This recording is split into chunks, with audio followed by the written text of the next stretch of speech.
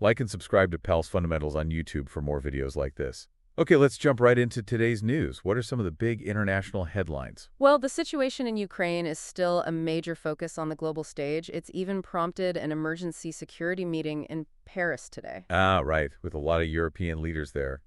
To discuss President Trump's recent statements about wanting to start those peace negotiations with Russia. Yes, exactly. His comments are definitely the main reason for the meeting, but there is a point of friction that's coming up. Reports say that Trump has agreed to let European peacekeeping forces go into Ukraine if they do reach a peace deal, but he's refusing to send any American troops. Wow.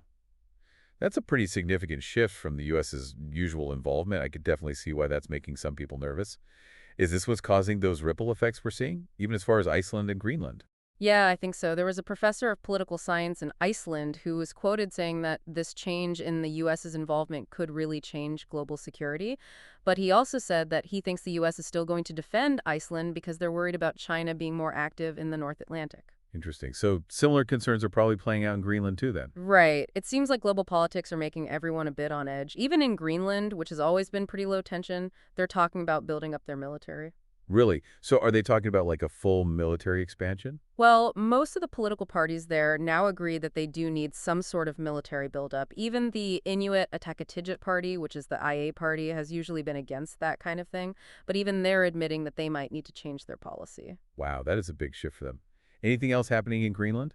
Actually, yeah, the chairman of the Nalerq party wants to pull out of their defense agreement with Denmark entirely, and instead, he wants to go for a defense agreement with the U.S. Huh. That could definitely cause some issues, especially with Denmark. Definitely. And then there's this EU parliamentary group that has suggested that Iceland and Norway should think about joining the EU. Oh, wow.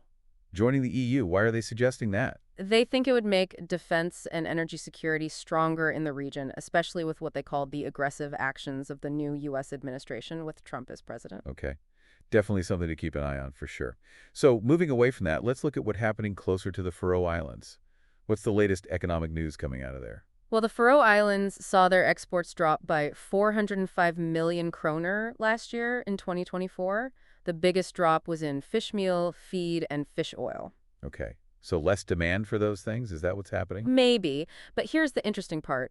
While exports to the EU and North America went down, their exports to Asia actually increased, especially to China. Oh, so it's not a simple decline. It's more like their exports are just going to different places now. Exactly. And another thing, Faroese exports to Russia also went down last year.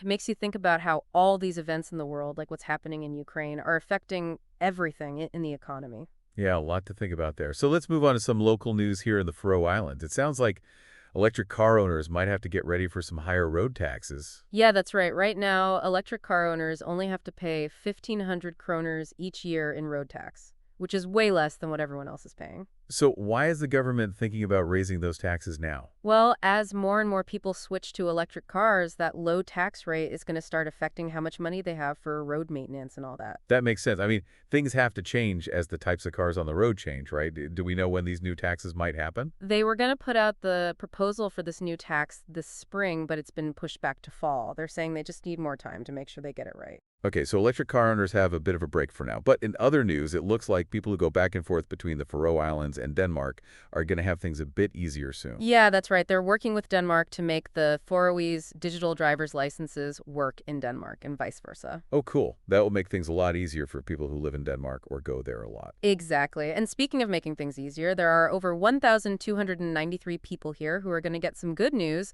from Heilsutryg, the Faroese health insurance. Oh, yeah. What's happening with that?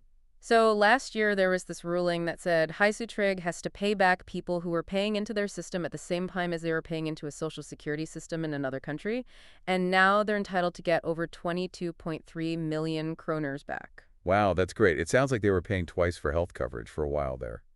Good that that's being fixed. Okay, so moving on, let's talk about what's happening with that investigation into election fraud in Underfjorda. Right. That investigation is still going on, but there have been some pretty strange setbacks. Oh, what happened? Well, they had to throw out the first handwriting samples they got from the election committee because they used the wrong kind of paper.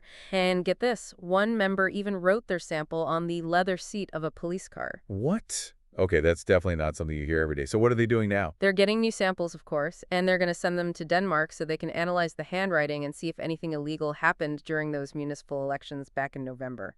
Hopefully this time it goes a bit smoother. And lastly, it looks like there's some good news for the maritime industry here. Yes, the Faroe Islands has officially become an associated member of ILA, that's the International Association of Marine Aids to Navigation and Lighthouse Authorities. That's great. So what does that mean for the Faroe Islands? It means they're taking on even more responsibility for things like aids to navigation and making sure everything is safe out on the water. Definitely an important step for a country that's so connected to the sea. So I think it's time we switch gears a bit and see what kind of forecast we're looking at. Well, currently we've got southeasterly winds, fresh to strong they are, but they should be calming down to moderate in some spots. It's pretty cloudy too, with a few showers here and there. Temperature-wise, we're looking at a mild 5 to 8 degrees Celsius. So pretty average for a Faroese winter day. What about for the rest of the week? Pretty much, yeah. Expect more wind and rain, kind of the usual mix. Those winds are going to be shifting around a bit, going from southeasterly to southwesterly and then to westerly. And the speeds, they'll be ranging from fresh to strong, might even hit gale force sometimes. But the temperature should stay pretty mild, between 4 and 10 degrees Celsius. Sounds like I need to make sure I have my raincoat handy. Anything we should be particularly ready for over the weekend? Let's see. Saturday, it looks like we might get some strong winds, could even reach gale force. Those will be coming from the south-southwest. And of course, it wouldn't be the Faroe Islands without some cloudy skies and a few showers. Temperatures will be around 5 to 8 degrees. All right, so a typical Saturday then. What about Sunday? Anything different? Sunday. Sunday's going to be a bit more, well, lively, I guess you could say. We're looking at southeast winds, and those are going to pick up to gale force in the morning, might even get strong enough to reach storm force. And we're also expecting some heavy rain Sunday morning. Yikes. Sounds like a good day to just stay inside. Yeah, probably a good idea. The good news is the winds will shift to southerly in the afternoon, and the rain should let up a bit then. Still some showers and some changes in the cloud cover. Temperatures will be a bit warmer on Sunday, though, between 5 and 9 degrees. Well, sounds like the weekend's going to have a bit of everything weather-wise. Typical Faroese weather, really. Always keeps you guessing. You got that right.